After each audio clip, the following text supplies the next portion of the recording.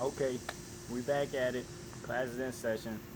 Today, I'm referring to some things that I've seen in the comment section, and I'm gonna talk about some of the lifestyle changes that I made in the same time period in which I figured out how to start astral projecting on command. Now, if you want a lot more content that has to do with things like this, make sure you hit the subscribe button, make sure you hit the thumbs up button, and just join this community that we're getting started because I want to be able to get a lot of like-minded people together on this channel and we can bounce thoughts off of each other and help each other grow. All right, so getting right into it, here's the disclaimer. Just because this worked for me doesn't mean this is the only way to do something. All right, this is just based off of my personal experience. I can tell you that this does work for me and this did work for me, but I can't give you any guarantees that things are necessarily for you or if it'll even work for you. But I got a hunch that these things will probably help you out a little bit at least. All right, so here's the thing. When I first got on this, should I say, spiritual journey, and I really started getting tuned into my highest self, I remember that I was learning a lot of information about one's diet. You know, the word diet, what might kill you. Ironically, I started figuring out that a lot of people are not being able to tune into their higher selves because of the fact that they're eating the wrong things. So I just did a whole bunch of research on what should and shouldn't be consumed and how to know what's natural and what's not natural. I started doing a lot of research on the legendary Dr. Sebi, and I also studied Dick Gregory. They're both pretty big on nutrition and spirituality and whatnot. So I just did a lot of research on those guys. I found out what potential of hydrogen is, pH for short, what alkaline and acidity means. And I recognized that a lot of the food that we eat is acidic and it's very toxic for our bodies and our minds. And that's why a lot of the time we'll have like cloudy thoughts, if you will, or negative feelings and emotions and whatnot. I'm sure you've heard the saying, you are what you eat. And I found out there's a lot more truth to that than what people realize. So I stopped eating things like pork. I stopped eating meat in general, actually. With the thing that I did, I realized how much poison there was. I said, okay, I'm done eating meat. I'm going full-blown raw vegan. So I went raw vegan, like cold turkey, ironically. You know, saying cold turkey, but no, I was not eating any turkey either. I was just eating plant-based everything. Now, there's the tricky thing about the vegan foods because a lot of foods are considered vegan, but they're still being genetically modified, genetically engineered, GMO foods. So you got to be careful because just because it's considered vegan doesn't mean that stuff is healthy. I found out that stuff like broccoli and carrots and potatoes were all made in a laboratory and they're not healthy for you at all. They're all starches and they're actually bad for you. So it's messed up that I was growing up as a little kid and they're telling me stuff like, oh yeah, eat potatoes, eat broccoli, it's good for you, eat your vegetables. They don't tell you that not all vegetables are equal. So you got to make sure that you're aware of what an alkaline fruit and vegetable is and what an acidic fruit and vegetable is. Okay? Now, that was something that made a big difference for me because it allowed my body to detoxify itself. My awareness expanded like crazy. My pineal gland started functioning stronger than it ever did. And naturally, when you are a lot more clean on the inside, you can think a lot more clearly, and it makes you get to a level in which you want to take better care of yourself. So my standards went up like crazy. So now, all of a sudden, I'm not willing to eat that. I'd rather go without eating. So now I'm fasting sometimes. I'm not willing to settle for that kind of friend because they're no good for me. So I would defriend that person. I would distance myself, and I would naturally want to protect my energy a lot better. So as your standards go up for your eating, at least in my experience, as my standards went up for my eating, my standards went up for everything else too. Because a lot of times, heck, realistically, the main thing that we go chasing in life on a daily basis is food. So if my standards for my food were high, naturally everything else just fell into place when it came to everything I was consuming.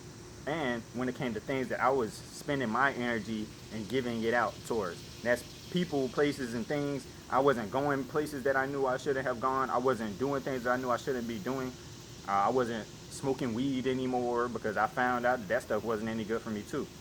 So my curiosity levels went up, my standards went up. I mean, everything positive just started falling in my lap.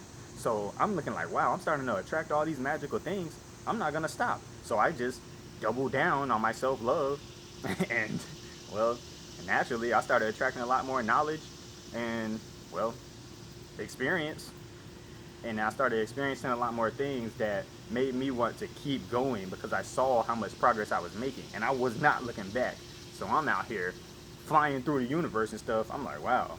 So now all of a sudden, I got to the point, after I don't know a few months, maybe like 5 6 months, I suddenly started astral projecting. So then, after detaching from the idea of astral projection, I ended up doing it naturally, which is ironic because I had what they call a Kundalini awakening. So that Kundalini energy was finally able to be activated through me taking better care of myself, me spending time meditating, introspecting, which basically means analysis of my thoughts. So I started taking better care of myself, paying more attention to myself. I wasn't spending as much time looking at the external. So naturally, I guess, because I was looking within so deeply, I got so deep, I started getting access to my other energy bodies. So then, all of a sudden, I'm flying through other dimensions and stuff. I got way more experience, and I got experience of things that what could be called the unseen. So I started digging so deep within myself. I went so deep into the darkness. For some reason, people look at darkness like it's a bad thing, but it's not. When you close your eyes, that's what you see, darkness, which means you're going within now. You're looking within. That's where all of the information and all of the knowledge and all of the superpowers and potential and abilities and all that stuff, that's where all the magic is, man. So if you really know what's up, you've got to pay very close attention to what's going on inside of you. I'm talking about from this physical body. You got to know what your body is telling you. You got to start being able to pick up on those different senses, tingling, that intuition feeling. You got to know the difference between your heart telling you something and your stomach telling you something and your brain telling you something. I mean, your sex organs telling you something. You got to be able to pick up on all this stuff and gain total control over all these things. It's very, very important in your spiritual growth. Okay, now that just has to do with some of the general things that I did when it comes to my uh, lifestyle changes. um, like I said, my diet triggered all of these other things to come into play. But I spent a lot of time writing down what was going on in my mind too. So I was writing down my dreams every day. Whenever I wake up, even if I took a nap, I write down whatever I experienced as much as possible. I mean, I was writing down as many details as I possibly could. I've gotten to the point now where I can rise and I remember 8 dreams that I experienced. Maybe even more sometimes. It's crazy. Sometimes I'll have, like, if I go to bed early, oh, here's a key. Start going to bed earlier. I started doing that too. I started going to bed at like 9 p.m. I started going to bed at 9 p.m. and I was able to rise at 9 p.m. So I got 12 full hours of being able to experience any magical thing that I want to do. So I was having regular dreams. I was having lucid dreams. I wake up in the middle of the night, go to the bathroom, lay back down. Then I astral project also. So I've experienced 3 different levels of highly occult experiences, and I didn't even get out of bed, or at least I didn't leave the house. You get what I'm saying, though.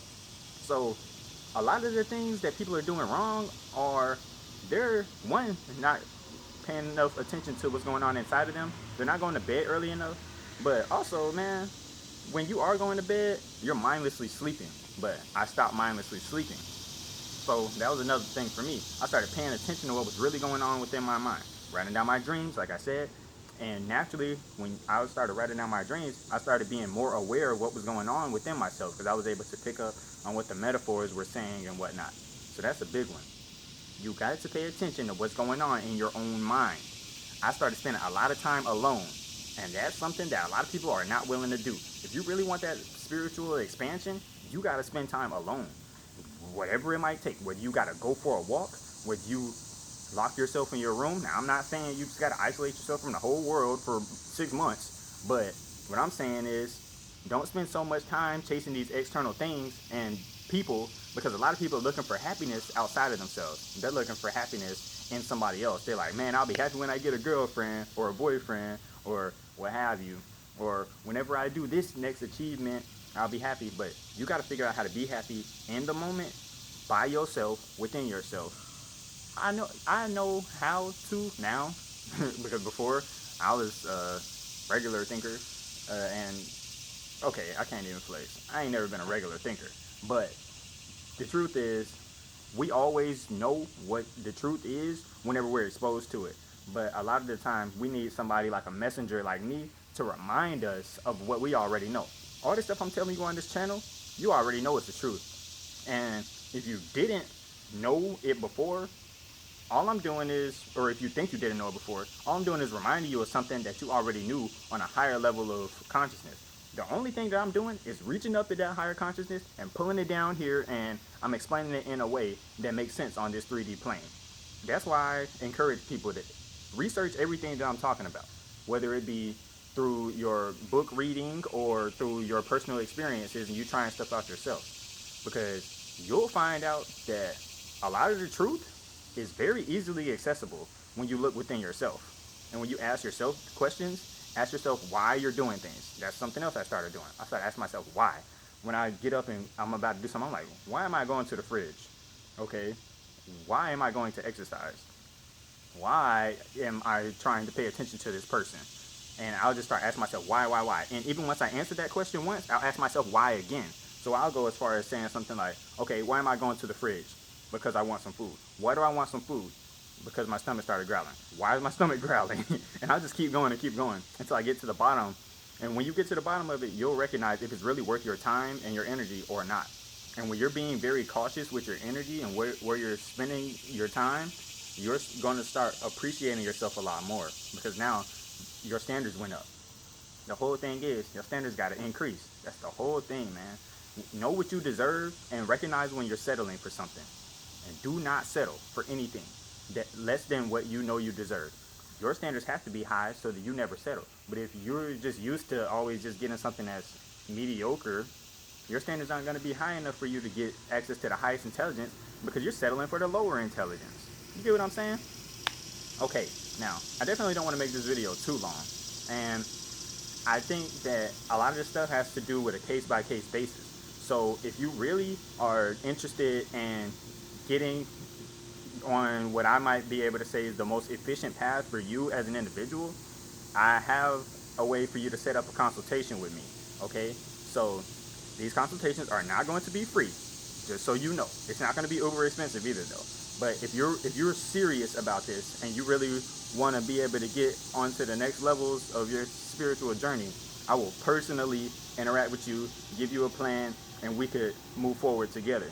I'll guide you through this process, all right? And what you'll have to do is look in the description, and I'm going to leave my email. Also, I'm going to go ahead and say it right now. You can email me at j9productions@gmail.com. It's going to be written on the description, okay? j.nyneproductions@gmail.com. Okay? Now, until next time, guys, have a good one.